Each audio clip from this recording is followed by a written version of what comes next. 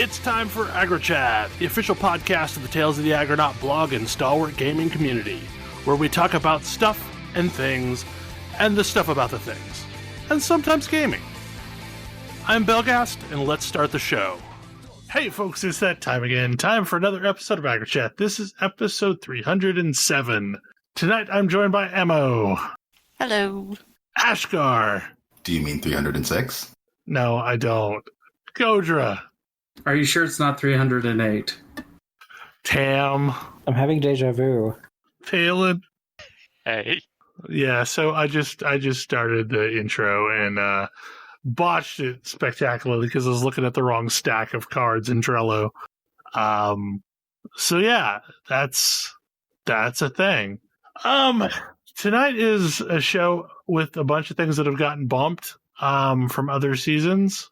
But the first one is not. Ash, sell me on Crosscode. Crosscode is the best RPG that released in 2018. And like, we literally looked this up, and this is probably an okay statement. If you really, really like FF14, Stormblood did release in 2018. Oh no, I think I'll agree with your statement still. Crosscode's really good. It's really fun. I find the action combat of it really cool, and it's also got an interesting meta plot. Yeah. Crosscode is a sort of retro-ish RPG with pixely SNES style graphics, but it doesn't play retro-ish. It's an action RPG simulating an MMO. Apparently, the Switch version simulates an MMO really well and has slowdown in menus and in towns. But hey, whatever. They're working on that. They fix that. Because they have fixed Bloodstained on the Switch, so it is now a reasonable game to play. Oh, good. So maybe I'll have to get around to picking that Switch then. I mean, in Crosscode, it just makes more of an authentic experience. A lot of MMOs slow down in towns. It's true. But anyway, the action is not retro. It uses a fairly unique system of combining your character's melee and ranged abilities, and eventually a variety of different elements to basically deal damage in an action RPG-ish sense. It's also got an interesting sense of traversal. Basically, when your character approaches a ledge, you will jump slightly. Apps are designed with this in mind. Okay. So I enjoy it a lot because it is a different take on the how do we tell a story about MMOs that makes like the MMO feel like an MMO. Crosscode feels like an MMO. There are a lot of components to this. Its quest system is one of them. And sometimes that's good and sometimes that's not.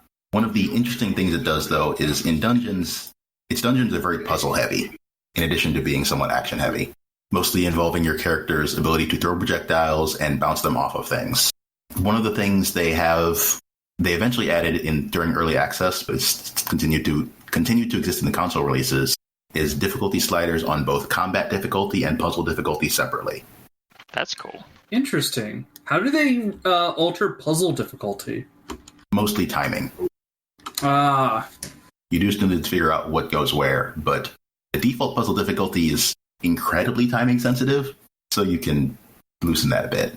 So one of the things that I really do enjoy about this game is, like an MMO, there is all sorts of encounters that you can get in where losing isn't the end. Like, hey, you respawn or whatever. Or you get into a duel with a rival and they beat you. And they don't have to beat you. You could actually, completely defeat them.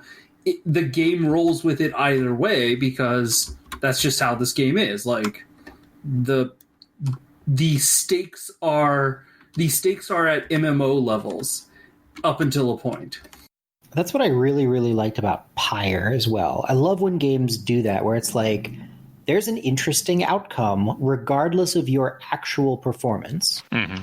And it isn't necessarily just you win a good result, you lose a bad result.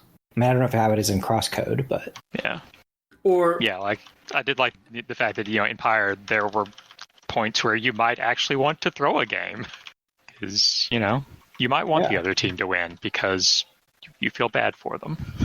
In Crosscode, it's more just like, ooh, here's this guy who's talking smack about me, and like either I manage to show them up or I don't. What stops you from save scumming that?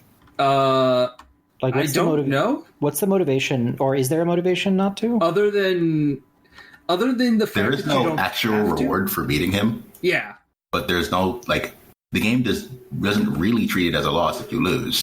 No. Still, his respect for you still increases, and eventually he starts calling you by your actual name, win or lose. I mean, similarly, like, you have a character who's your ally throughout the early part of the game, and I say this because I've only gotten through the early part of the game, and one of the, like, things you do is whenever you go into your personal dungeons, like, you two, they want to compete with you. And so it becomes a race between you two to see who can complete the dungeon first. And depending on how long you take, like, you either get out of there first or they do. And it's just a story beat. It's like, yep, your timing was such that you got out of here first or you didn't. But there's no real, like, in-game mechanical reward to that. I was convinced I was not going to beat him through the second dungeon because I died a lot to that last fight. So I'm curious your thoughts, Ash. That fight felt real hard to me. My first time through the game, my hardest fight was the first dungeon. The second dungeon I got through much, much, much faster, but still didn't beat the rival. Are we talking about? We might be talking about different dungeons. Are you talking about the tutorial dungeon was the hardest fight? No. Okay. Are you talking about the one in the ice dungeon? Yes. Yeah, that's the one I just beat. Okay. That fight was... That fight is, I don't know, it's definitely very difficult because you have access to a bunch of skills for the first time. You haven't been really forced to use all of them yet. The first time I played through the game, I definitely did not make it through that dungeon or that fight fast enough to beat Emily. But the second time, I did. I'm sort of hoping this is one of those Hollow Knight situations where people actually pick it up on a console and find out, oh, this game is pretty good. Mm-hmm. It's a really good game. It is, I would describe it as dense and it always feels to me a little bit weighty and a little bit intimidating to load up, which is why I haven't gotten that far in it. It looks really interesting. And it definitely seems like the type of game I would want to play on the Switch so that I can, like, chill and play from bed. So one of the topics that got bumped from a week or so ago is related to Destiny 2. And I have been playing a lot of Destiny 2 of late. And a brand new season started, which I believe is season 11. So I feel like I need to give a little backstory for this to make any sense. Traditionally, Destiny has used a skill-based matchmaking system.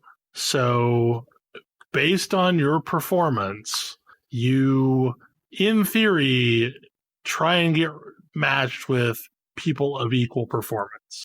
So as you do better, you move up through the ranks, and this is pretty common for a lot of games. Mm-hmm.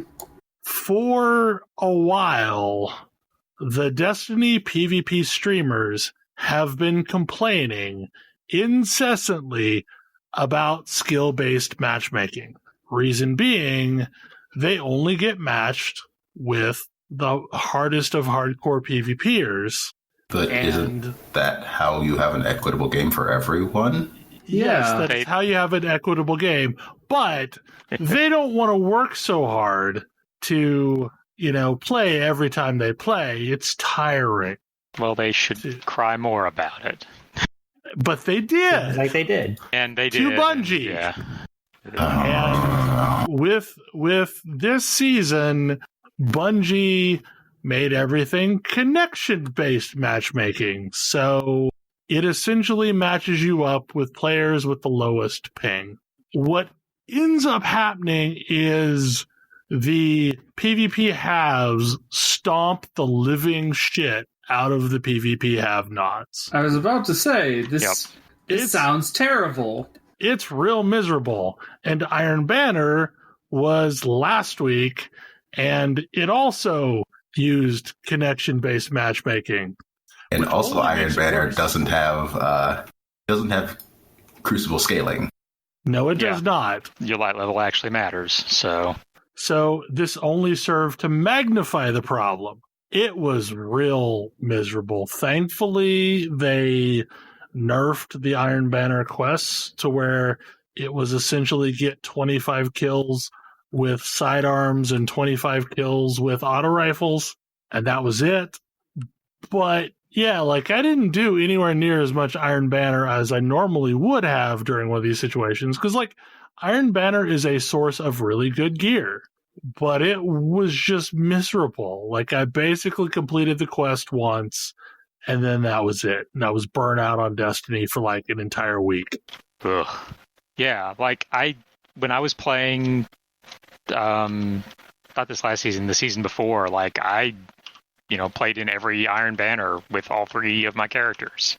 Right. And I really enjoyed it. It was fun. And I don't always like PvP, but the fact that like I was up against people of similar skill to myself, that definitely helped a lot. And yeah, that what you're describing sounds like utter misery, and I would not play that. I just wouldn't. So like I knew things were different when in one of the very first matches that I played, I got matched up against Asdacross, who is a YouTuber that basically like talks about the Crucible meta. And in fact, he was recording footage that was later used in a video. So like there's a video of his where you can see me just dying constantly. And like that felt real bad to like be matched up against a PvP heavy, but like I retweeted an image that just was miserable. And like a PvPer was like, yeah, thanks for the good matches. And like you look at the team and every single person on that team is a streamer and a PvP streamer. And you could look like Destiny 2 has this efficiency score, which is basically an amalgam for like KDR and a few other things mixed in. Over on the PvP side, the streamer side, the highest person was a 16 efficiency. The lowest person, I think, was a 5 efficiency on that team, the stacked team. Over on the other side, a KDA of 16. Yes, a KDA of 16. God. And over on the other side, I think the highest person was a 0.3 or a 0.4. They just got stomped. Just like mercilessly stomped. Like nobody can tell me that is a working as intended PvP matchup. Like I'm going to predict that Bungie is going to find a lot of new PvPers and relatively new PvPers just stop PvPing. Right. Like that is the sort of match that makes you throw the entire game away, because that's not fun. No. But yeah, so like there are people that are the streamer types that are recording videos about how great PvP feels now. Because you can basically win with no effort? Yeah, of course it does, because they're winning with no effort. Yeah, they're able to dominate a game so hard that they can show off on camera. Right. And it is the optimal. Never mind. And that's honestly like one of the biggest complaints I have with Bungie is they tailor their game towards their hardcore streamers and YouTubers. Like they do a lot of things for those folks that are obviously advertising the game, but they're also making the game less and less soloable. Well, so I'm also curious, are the streamers able to like group up and like... Oh yeah, you can roll in with a 6-person group. And is there an effort to pair 6-person like grouped? Nope. Really? Everything is connection based now. And because I live in the center of the United States, I'm getting matched with people from all over. And it seems to be like the worst, like the hardest people from all over. Well, I mean, I apparently have a good ping to everyone. Well, the problem is that what's happening is you're still playing, but anyone who's close to your skill is probably leaving. So the only people who are going to be left are the people of that caliber. Right. And the thing is like, I'm not playing. That's the thing, is I am not spending any more time in Crucible than I absolutely have to. Like, if I have to play 3 games each week to get a powerful Engram, I am playing exactly 3 games each week. I used to play Crucible just for fun, but like, I have decided that, I will get the really easy, like, free Engram, but I won't do the 8 quests required to get the other Engram you can unlock each week, because it's just not worth it. Like, I'm going to spend as little time in Crucible as I humanly can, and then I'll do other things. I mean, at some point, it's going to be like, is this even, do you even feel like it's worth going in for the easy Engram? Like, is it just exactly.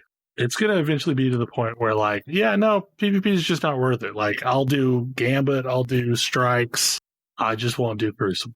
Because, like, for the first few weeks, people were getting used to this, but, like, most of the people I know are just not stepping foot into Crucible. It just isn't worth it. But I don't know, like, this is the challenge. There were real issues in Destiny 1 with lag switching. What's that? So this is where we get into the next part of this, is peer-to-peer connections are problematic. So most, like, online PvP type games these days on consoles or PC or whatever are effectively peer-to-peer. The server acts as a matchmaker, but once the match is started, you're sending packets back and forth between all these players. This is also why DDoSs work against people, and that is a rampant form of cheating as well. But in Destiny 1, and I don't know if they have code in Destiny 2 to fix this, but it was definitely a problem in Destiny 1 where people would basically put a device in between the Ethernet jack on their console and their router, and it would briefly kill the connection a couple times, introducing artificial lag. And the game was very lenient towards the person who was lagging out and would favor them. Meaning you could just kind of go around the map and killing people that they couldn't kill you. You were effectively invulnerable when you were lag switching. Oh, wow. So, yeah, like I have encountered that before in a match. You could just be standing straight there and firing at somebody and it wouldn't register. This was all in Destiny 1. I have not encountered this quite in the same manner in Destiny 2. But since then, the serious PvPers have been hounding on Bungie that they don't want to be matched with people with poor connections. Because essentially the worst connection drags down the entire match. And, yeah. And they think their answer is, well, we want connection-based matchmaking to fix this.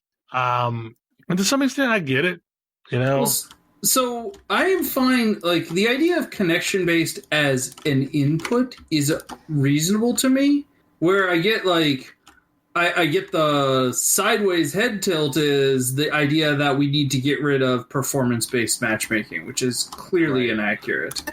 Right. Like, there should be a formula that is happening here to where, like, you take into account, where somebody is, you take into account how they're performing, and through a formula, you end up with, like, a matching that that to some extent like factors all these things in. I would be so we kind of talked about this in Magic. One of the things that happens in Arena is they reset you periodically, which I'm not a huge fan of because I don't play enough to really build my rank up. And so I find myself playing with a lot of newer players or a lot of people who aren't really trying to build more competitive decks. And that's not a great experience because I'm trying to test out this deck to be competitive and see how it is. And so I have to play a lot, and I have to continuously play a lot to get to the bracket where I feel most comfortable. Right. And that's a challenge too.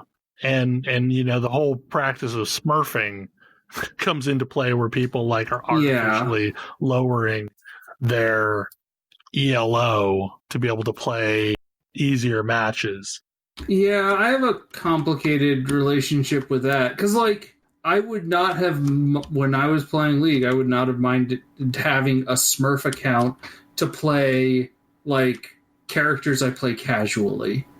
I got overrated for where I should be, and then basically locked into, if I wanted to maintain that level, I was basically only playing support Sona because that was the character I was best with. Right. So I kind of understand the desire behind that. Honestly, that should be the solution I would recommend for the Destiny players who are like, well, I'd like to be able to play, but turn my brain off. Yeah, but that would involve buying a whole other Destiny. The thing though is that somebody getting to play to turn their brain off in a competitive environment is it's basically the equivalent of ganking in a PvP game. Yeah. Like sitting outside of town and killing noobs because they're defenseless. It's why I don't like competitive PvP, because I don't want to be playing on all the time. And I don't see any way for it to be fair to the participants if that's not what you're saying. At the point at which you can play a competitive PvP game and turn your brain off, it means that you're stomping people. That's what that means. It means that you are playing way below your skill level, which is super unfair to the people who you're targeting. Right. Yeah. And it doesn't feel good for the players. And what concerns me is I feel like Bungie is setting themselves up for a situation where only the most hardcore players ever stick around. Mm-hmm. That's what it sounds like.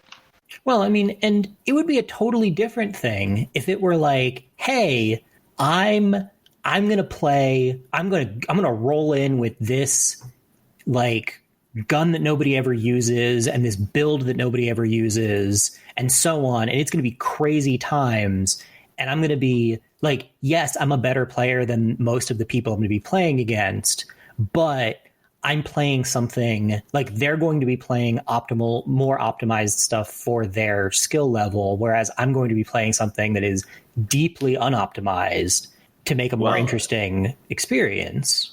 And I feel like there are other options here. Yeah, you're basically playing with a handicap that makes it both interesting for you and them, and that's more equitable, I think. But it sounds like they don't want that. No, they don't want that. They want to be able to. They want to have a stream where they win all the time and show off. And I have zero inclination of. I don't think Smurf accounts are good. Basically. Well, and I feel like there are options that if they want everybody to mingle together of different skill levels, then buff the players that are at lower skill levels. like give them more armor, give them faster regeneration. Yeah. Like make it harder to kill the lower skill players. Make it easier to kill the higher skill players so that there's a handicap on them and there's a buff on the low end, and that fluctuates back and forth based on the actual skill of the player. Yeah. You retune the thing so that everyone playing is optimized for having fun. Because like the high end player is still going to win most of the engagements with the lower skill player, but the lower skill player will have a fighting chance. I mean, it depends on how the algorithm works. But well, like so for example, say it takes 3 shots to the body to take out somebody with a weapon. Well, on your lower skill player, it may take 5 shots to the body to take out that low skill player. Mm-hmm. And it may take 2 shots to the body to take out the high skill player. Yeah. Yeah. You basically say, like, this is the benchmark. When you put together a match, you say this is the average skill. Like you're already assigning an algorithmic value to. You're already using in theory, you're already using an algorithm to assign a value to any given player to determine where they are in whatever ranking system you're using. So when you put a bunch of people together in a game, you say this is the ranking.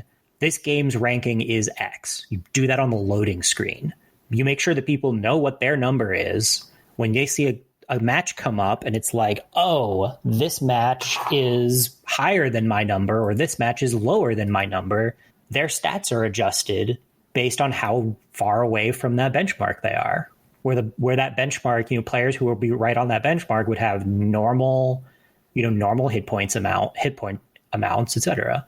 And then you can solve the problem that every competitive game is trying to avoid because like the big reason that you don't have perfectly skill-based matchmaking isn't because it's too hard to do. It's because games are really, really leery of, oh no, this person had to wait 30 minutes to get into a 10-minute match. Right. And that's the other complaint that the streamers had, was it would take them 15 minutes to find a match. Yeah. And if you want, and I totally understand optimizing for, we want to get people into matches quick, but the way you do that and keep those matches fun is to make them less competitive. Yeah. What do you mean by that? I mean that the thing that I described before, where you could take a bunch of players of differing skills and have them all play in the same match by using algorithmic balancing of hit points and so on, makes that match less quote unquote competitive from a purity standpoint. You're deliberately muddying the waters to create an even playing field between players of uneven skill. Yeah, I think we're going to have a semantics argument between what competitive means there. Because, like, you're, by definition, trying to make your match more competitive. I mean, in the sense that, does this match represent, a fair contest of skill? Right, a fair contest of skill. Oh, okay. Well, I mean, in the sense that, like, everyone knows what has signed up for the game, what they are playing. I mean, I guess you could argue, like, I guess this is the argument you're trying to make this game a little bit more Mario Kart-ish, giving people blue shells. That is exactly what the hardcore PvPers would complain. Sure. They would complain that you are punishing them for being good at the game. That's what they would say. People do actually say that about Mario Kart all the time. Absolutely. But here's the thing, is like, they already have modes that are designed to be the hardest of hardcore modes. Trials of Osiris, things like that. Yeah. There's Trials, but nobody plays Trials because it's too, quote-unquote, sweaty is the term they use. Sure. Also, too many cheaters.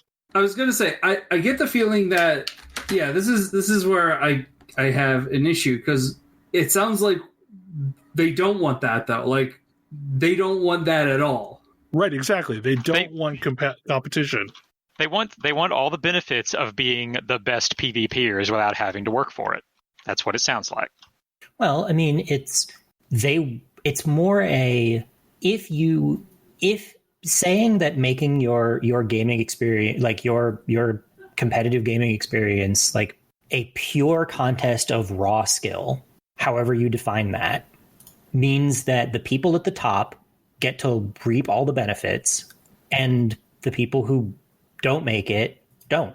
And so you get to have things and get to show off things and have awards and achievements and whatever that other players don't. And that's genuinely part of the appeal.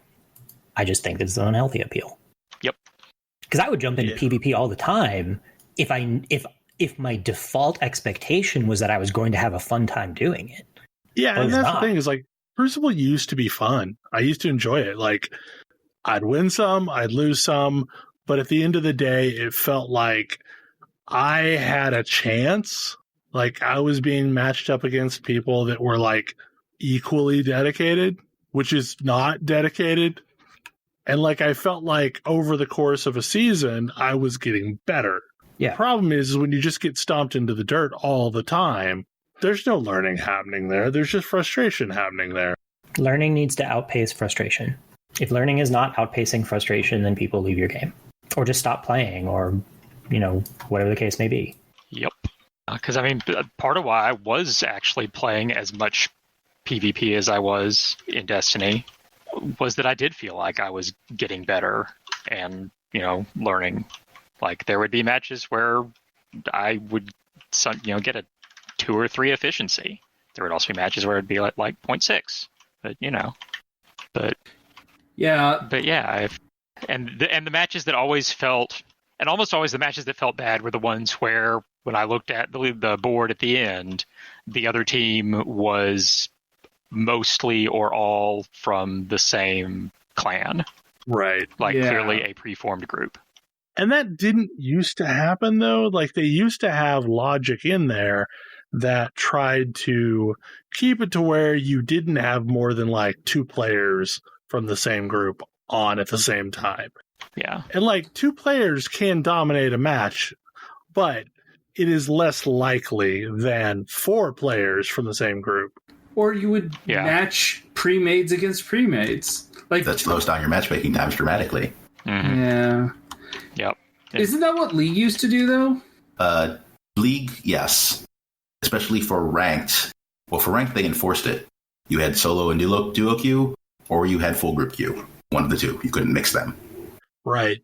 And in some of the Destiny match types, there is a freelancer queue, but that only exists in quote unquote competitive mode.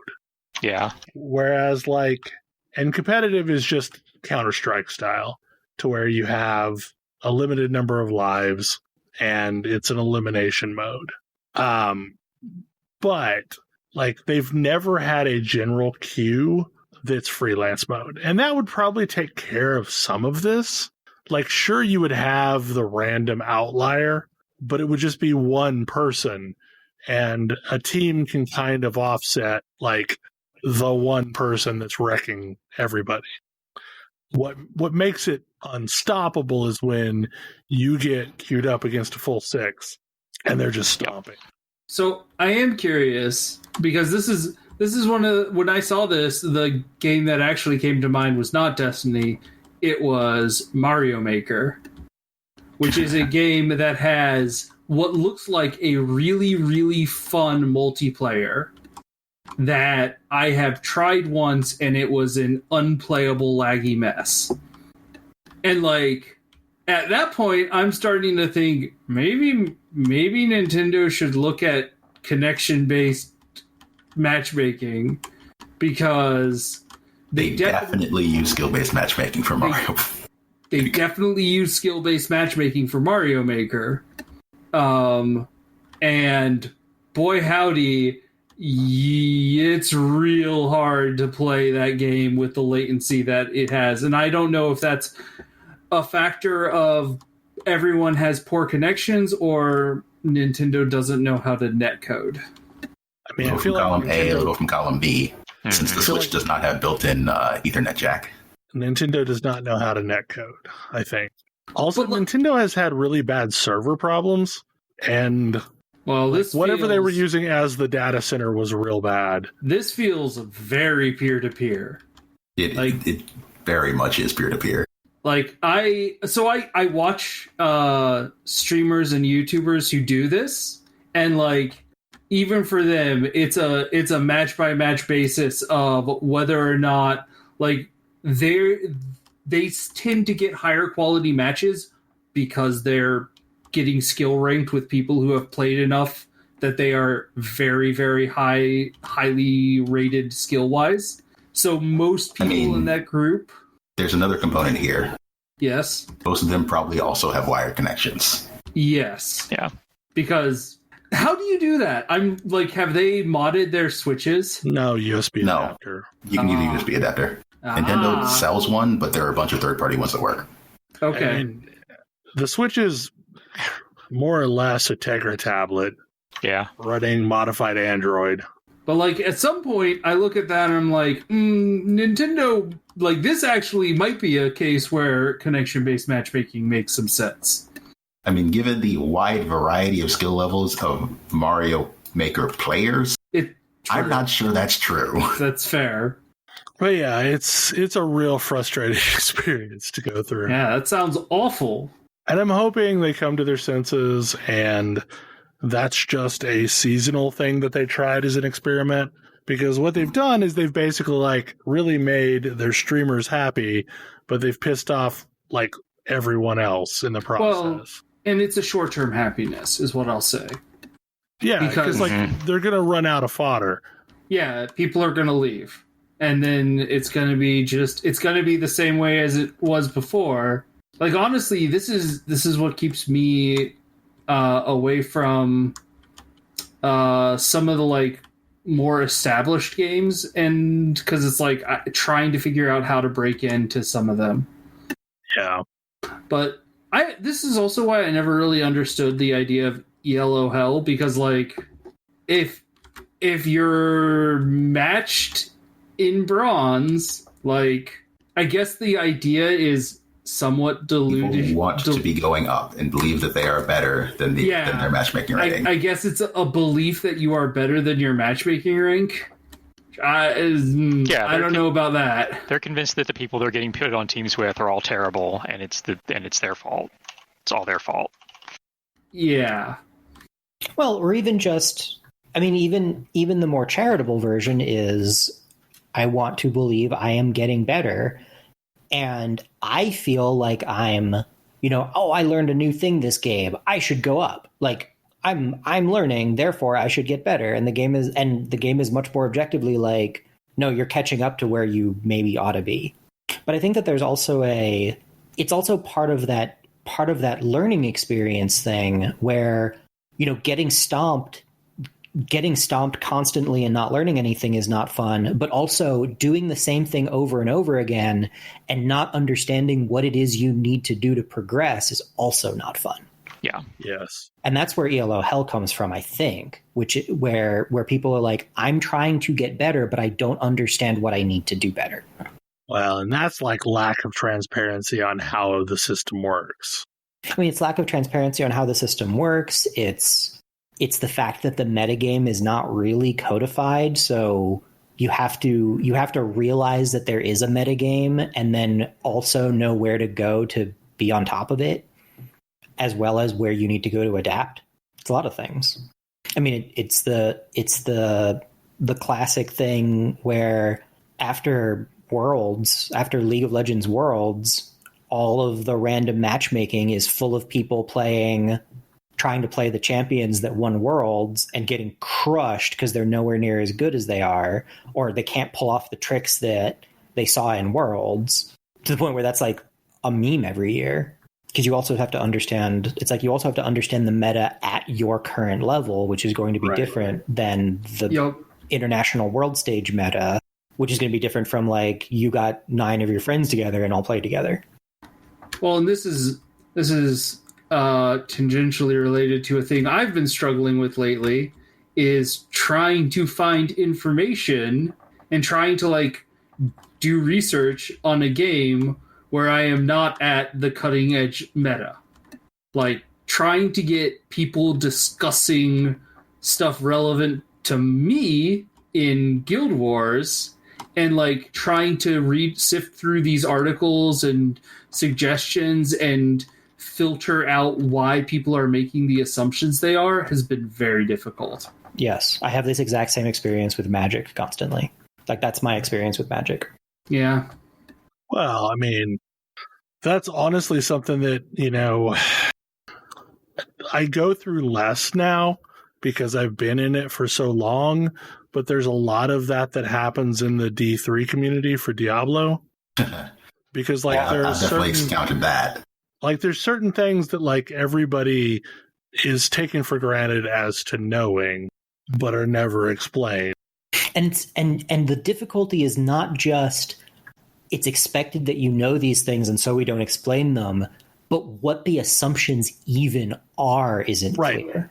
Right, exactly. Like there is a specific order in which you level your skills, for example, in Paragon points, because not all of these things that are presented are equal, but like they all sound equivalently equal. Mm-hmm. So like that's a challenge. Like, and for some builds, you might not want to level one of them at all. Exactly. Like something that's like counterintuitive. So Templar is basically the companion of choice in Diablo 3 for pushing hard content. And every 10 levels or so, you get a new ability on the Templar. The correct answer is to pick your level 10 ability and then pick your level 40 ability and never pick anything for 20 or 30. Just leave those unchosen. So these more likely to use the good abilities. Exactly. So the Templar cannot use the bad abilities. But like if you don't know this, there's no way to ever undo this because you're basically glitching the system. Yeah. If you've ever made a choice, they have a choice from that point on. And it's not a major thing. Like it maybe is the difference between one greater rift rank versus another greater rift rank in efficiency, but like it's little things that you don't, if you don't know, it's hard to find out. Like going into seasonal play, you don't want to do the challenge rift the week of seasonal play because you want to do the challenge rift after season's opened and then claim all the materials to your seasonal character because that is a massive jump start. I don't even know what that means. Yeah, so challenge rifts are something that you can do, I think it's roughly once a week. And it is, the game basically gives you a build. You can't change anything about the build. You just have to clear a rift with this build within the time limit. So it's kind of like puzzle magic, where you're given a pre-built deck and you have to solve the problem. Like you have to figure out how this build works and then beat the rift with it. And if you do so, you get like 1,000,000 gold, 15 of every bounty item, a bunch of blood shards. Yeah. So like, but even more challenging is there are specific items that you should be gambling on Kadala at level 1. You're still low level. Yeah. Yep. Or you have to make a new low-level character to do it with. And that is exactly what I did this season because I failed to get a Ring of Might at level 8-ish on my Barbarian. And at level 70, there's a bajillion rings in the game. There are. But the only ring you can really get at level 8 is the Ring of Might. So yeah, and if you wanted to put it in the cube, it doesn't matter what level you get. Exactly, like I want to put it in the cube. And so basically I leveled a second Barbarian this season up to 8 so that I could get a Ring of Might. And I feel like I remember doing this for a particular wizard amulet. And then up to 31 because one of the cube items that I desperately needed was Ambo's Pride, which is the thing that makes a Whirlwind Barbarian work. Right. And it can drop at 29, but 31 is, I guess, the suggested level for trying to gamble for it. But like all of this stuff isn't directly explained, and I have only learned these things through years of doing this arguably the wrong way. I guess it seems weird to me that you can claim the rewards from the challenge rift on your seasonal character. Like I wouldn't have assumed that you could do that. I mean, the other thing that I'm thinking of is downranked heals in WoW. I remember you'd see people talking about strategies, and you'd have healers come in and be like, "How do you keep up? I can't heal this much." And it was just completely missing the just default assumption that everyone was downranking their heals. Which is totally counterintuitive. Like, it's super counterintuitive. I should not be using the best. I got better ones by leveling up. Should I not be using those? Yeah, I mean, and that's like that's a flagrant game design error. Yeah, that was a massive flaw on their part, and to their happily they eventually fixed it. It took them a long time. But also that's what players do. Like, players are, as a rule, are looking for what are all of the places in the design where the edges aren't smooth. Mm-hmm. What didn't they think of? What are the where can I get a better than expected return on my investment at every single stage? Right. Well, and if you make games where you can't do that, if you make games that are perfectly even, people are like, I'm bored. Like, games that are perfectly fair and balanced, people also get bored of. Also, you're a fictional being in that case, because I mean, games have been built that do this. Like, they just establish a bunch of rules, and they're like, these rules are immutable. I always think of like, that's bored. I'm bored. Did anyone ever play the Mutants and Masterminds tabletop role-playing game? Mm-hmm. I have seen it before. Yeah. I've never actually played it. That game had, and I did not dig very far into it, and maybe there were cracks, but that game felt... Yes, there are. Okay. There are always cracks. That game felt incredibly, focused on maintaining balance between characters. No. Okay. Yeah, they tried. They did try. There are always cracks. I know one of my friends had a set of house rules for that game to cut off the most egregious stuff. Yeah, I don't think it's, anything like Champions level absurdity, but because, man, you can do some bonkers things, especially in earlier editions of Champions. But I just remember that they really focused on making sure that, your damage and toughness rolls were always in a balance with each other. But maybe there was stuff I missed in my reads of that game.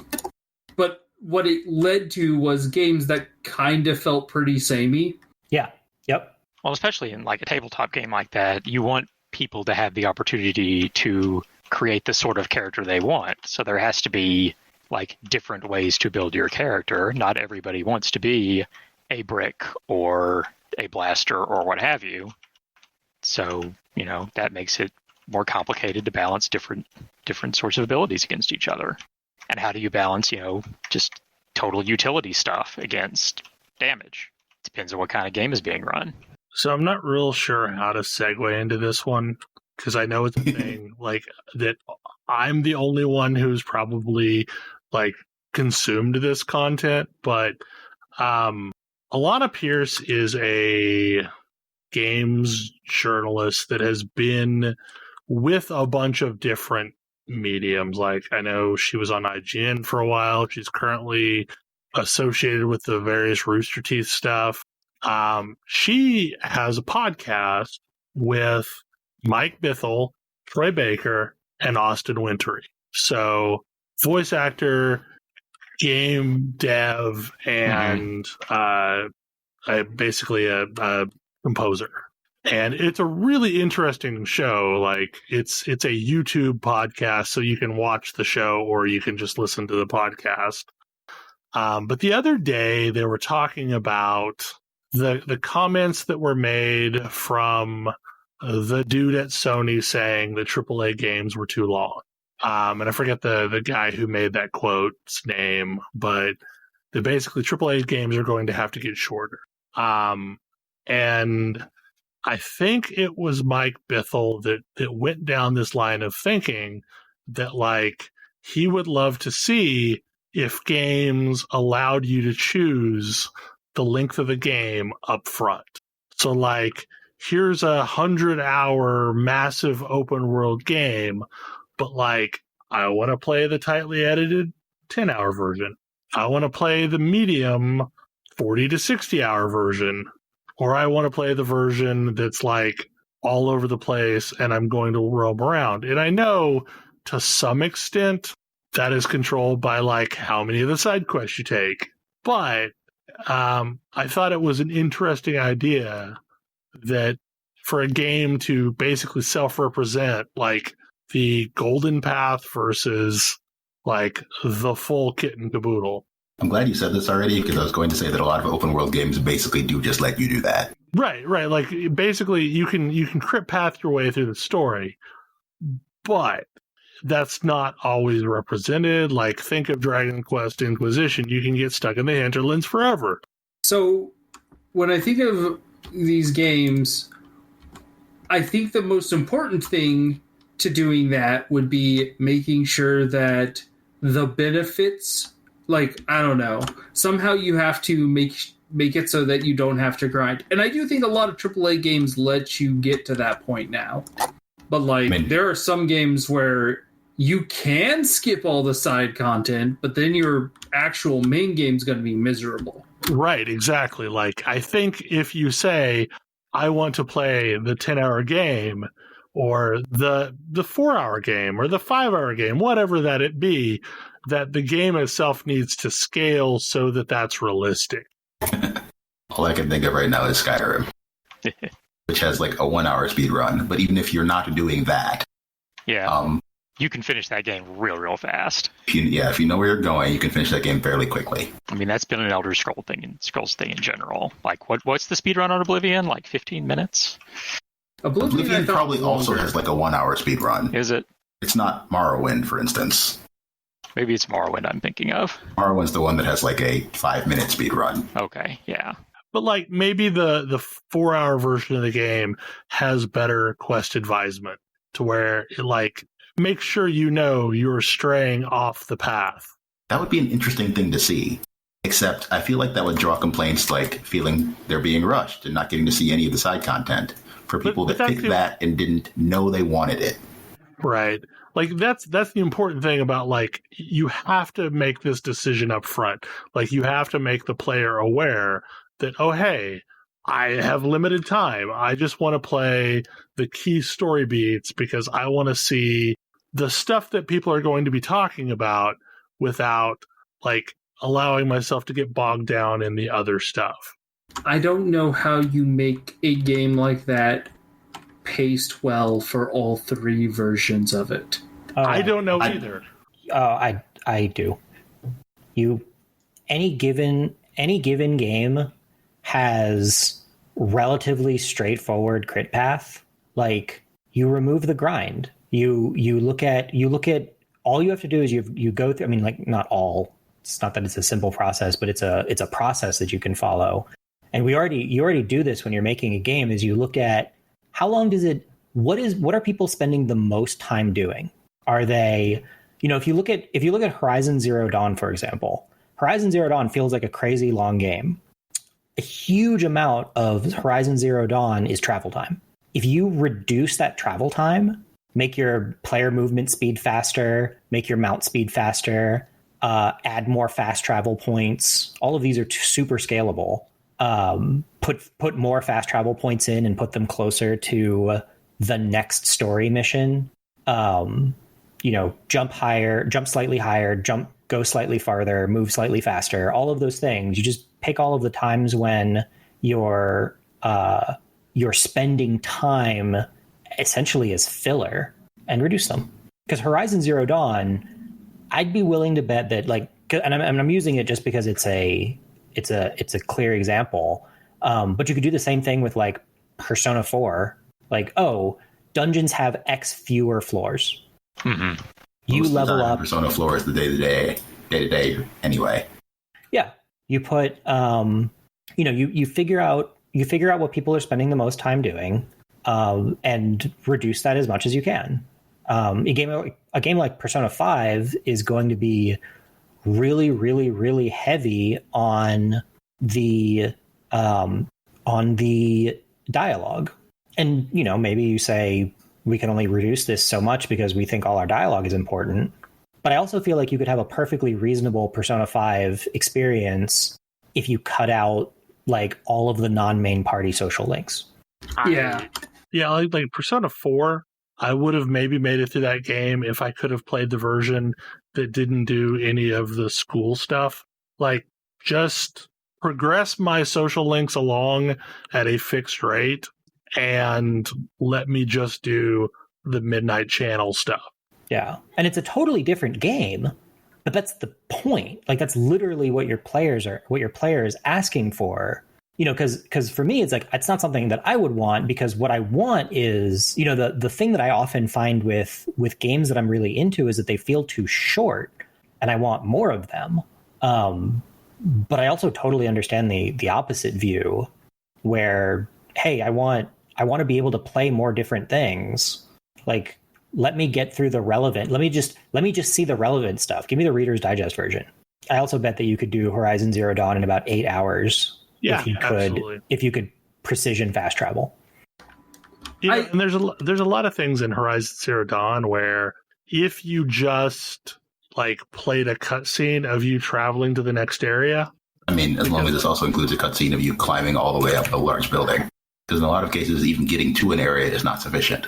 But like, you know, what if that version gives you the radio towers by default? Just it gives them to you. Yeah. Full open map.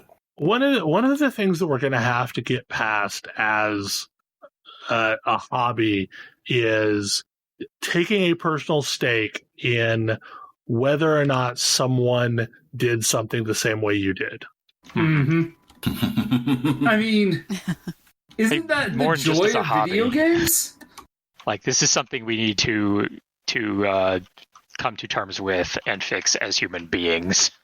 Because, like, there's a lot of games that I only want to see the story from. Like, if you could give me like a cutscene only version, I would maybe choose it, because like I want to experience it for myself. I don't want to watch someone else play it. Yeah, because like I don't want the narrative of the other person playing it. Like if more streamers would just shut the hell up and play the game and only record the cutscenes, like maybe I would care about Let's Plays more. But like I don't want their narrative experience. I just want to watch the cutscenes. Yep. So that I know what happens in the pace that it happens. So like there are a lot of games I'll just play on easy, because like I don't want to see, like I don't care about it mechanically. I care about the story. Yeah. But like there's a whole group of people that are red in the face if you didn't play it on the hardest possible setting. Well, I also think that it's worth reevaluating what does it mean? Like, we should have difficulty settings, and what do those actually mean? Because a lot of games, the higher difficulty setting just means you need to grind more. Mm-hmm. Right. Like, oh, you've got to be higher level to get here. Okay. To like complete the story, if you're not this level, it's going to be next to impossible. And like, there's a reason that I don't play Persona games on higher difficulty settings than easy, because that's really what it feels like to me, is that the only major difference is how much grinding do I need to do to progress. Whereas I play stealth games on whatever ludicrously high difficulty they'll let me put it on. Not because I feel like I have something to prove, but because I've played so many of them that I need that I want that challenge, because otherwise the game is boring because I can just pick it apart. To a certain extent, I feel that way about some RPGs. Like Persona 5 actually is an example here. I feel like if I'm not exercising the options in the battle system, it's kind of boring. Yeah. Like if you're not having to try and figure out the optimal paths through encounters to survive. Yeah, things like not even necessarily optimal, but just actually having to think a little bit about it. Have to engage in the mechanics. Yeah. Well, it's actually why I didn't have to like work about weaknesses or anything like that.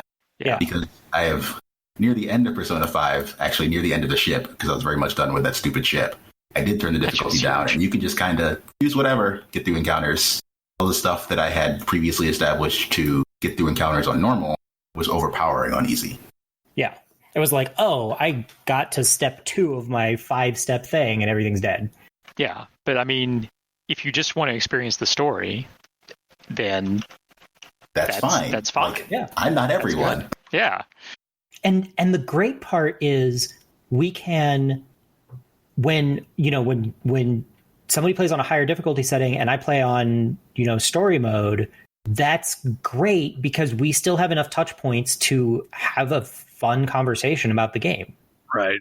I didn't go back and play Persona 5 on a harder difficulty setting until I didn't go back and play Persona 4 on a higher difficulty setting until I talked to Ash about it.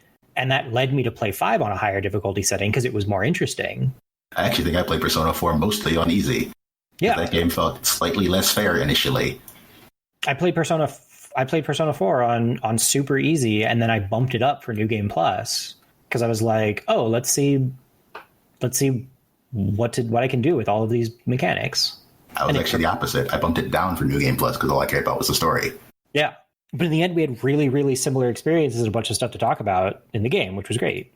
I'm playing Persona 5 Royal, and at first I started on normal, then I'm like, you know what, this is silly because there's so much of it that I have seen before, and I want to get to the new stuff, so I'm like, I don't feel bad, I'm going to switch to easy. And at first, it's, there is some stuff that's going to, kick you around, but on easy mode, once you start unlocking some of the different skills and stuff from your confidants, then it's been pretty much a cakewalk and stuff, but I kind of enjoy being able to get through that stuff because on one hand I have seen it before in the original game. Yeah. So, yeah. And the other part about this is games need to stop judging you based on the difficulty that you're on. Gosh. Yeah, yes. exactly. I have been casually playing Astral Chain, and it's a kind of cool game. There is one mode type that makes combat significantly easier, which is what I'm playing on because I'm just hanging out and playing in bed. But every time I start the game, it asks me if I'm sure that I really want to be playing on this mode. Wow, really? Yeah. Because it really doesn't want me to be playing on this mode. Platinum wants you to explore all of the parts of their combat system now. I am just glad that we have moved past the point where content, the end of the game, is actually gated away from you if you play on a lower difficulty setting. Because I don't even remember what game it was, but actually I'm pretty sure it was a bullet hell shooter now that I'm going to say, I can think of it's 3 bullet hell shooters that do this. This was really common for a while. The first Toho game on Windows does this. Jamestown does this. Jamestown's what I'm thinking of. Yep. I remember the number of people who were like, I really want to play Undertale and can't. Mm-hmm. Because it's a bullet hell shooter. Or it is close enough to a bullet hell shooter that it's like, nope. Yeah, I got real frustrated with that interface and ended up, I got pretty far in, but I did not do the final encounter. I think it's the weakest part of the game. I just watched a playthrough of the final encounter, and then I watched a bunch of alternate endings because I didn't want to replay the game. Yeah, I definitely agree. It's probably the weakest part of the game. And I enjoyed that part of the game. Which is it goes back to the thing. It's why we should have the ability to have different, the games themselves are enough of a touch point that we should be able to have different experiences with them. Yes. I am totally okay with playing games on easy mode because that means I can get through them quicker and I can play more games, and I don't care about people trying to make me feel bad because that's how I feel. That's a real good point. I only have so much time these days.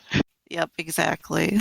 And if you just want to play through the Cliff's Note version, then there should be no shame in that. Yeah, and we kind of talked about this earlier. It feels like games are getting longer. Yeah. That was the statement that kicked this off, is that, I can't even think of who it was at Sony, but they basically said in an interview that, they think AAA games are going to have to get shorter because they're just too long. Well, there was a while. Go ahead. Get ready for games to get shorter here pretty shortly. Why do you say that? New console gen. Oh. Games get... and it's a trend that you can follow with basically every console gen, but games get more and more stuff gets packed into games the further into a console gen you get, because just devs get better at putting stuff in because it takes a while to get really, really good at wringing every bit out of the console. And then once you hit the like the functional peak of this is the most we can eke out of a given console, the next step is, well, we build it more efficiently. And when you build it more efficiently, you can build more in the same amount of time, et cetera, et cetera. Yeah. And the tools get better. Yep. Tools get better, people get faster, developers get more familiar with it. It was true of the Xbox era. It's basically been true of every era since N64. I was going to say, this does make sense based on the timing. I think it was like 2010 era is when I'm thinking of games were at like almost always around 8 to 12 hours. Yeah. I mean, it usually is paired with a huge complaint from players, but that's why in more recent gens, there's been so much emphasis on bringing the most popular games from the previous gen onto the new gen, because it keeps some nice long games. Yep, it adds more variety, and hopefully like some graphics bumps and some other stuff hide the fact that to some extent, like, you are going to have an 8-hour game. Well, I remember what was it, Killzone Shadowfall? That was a real short game, and that was a launch title. It's a PS4 launch title. The Order 1880 whatever? 1886? Yep, Order 1886 was really short. Mm-hmm. I mean, I go all the way back to Jumping Flash on the PS1. That was a short game. That game was like 5 levels. I mean, on the other hand, you have Mario 64. Look, yes, somebody sold their soul for Mario 64. I don't know who it was. I don't want to say it was worth it, but because I don't know, but even if you think about Mario 64's gameplay, it involved running through the same content multiple times in order to be able to unlock everything. Yep. Yeah, I guess the bones of that content was reusable, but it changed a lot for each mission. Right, but like didn't change that much. The actual 3D level was pretty simple. Yeah, all the expensive stuff didn't change. Mario 64 is a masterclass in, if you move 2 spawners, how does your experience change? I mean, also, yes, a lot of things. But anyway, like, I listened to this entire show, and while listening to it, I was like, yeah, no, this is a conversation we should totally have too. But I do think we probably don't have time for any more topics this week. I think we've run our length. Any final thoughts? Play crosscode. Play games the way you like. Enjoy them. If you're playing Guild Wars 2, make sure you're wearing jewelry. Oh dear. It's brought to you by our most recent return to the game and discovering all of our characters were basically missing half their stats. Yes, this is brought to you by us thinking we were a lot better at a game than we actually were. That's an understatement. Well, hopefully you enjoyed the show, and we will see you again next week. Good night. Good night. Good night. Good night. See you. Good night.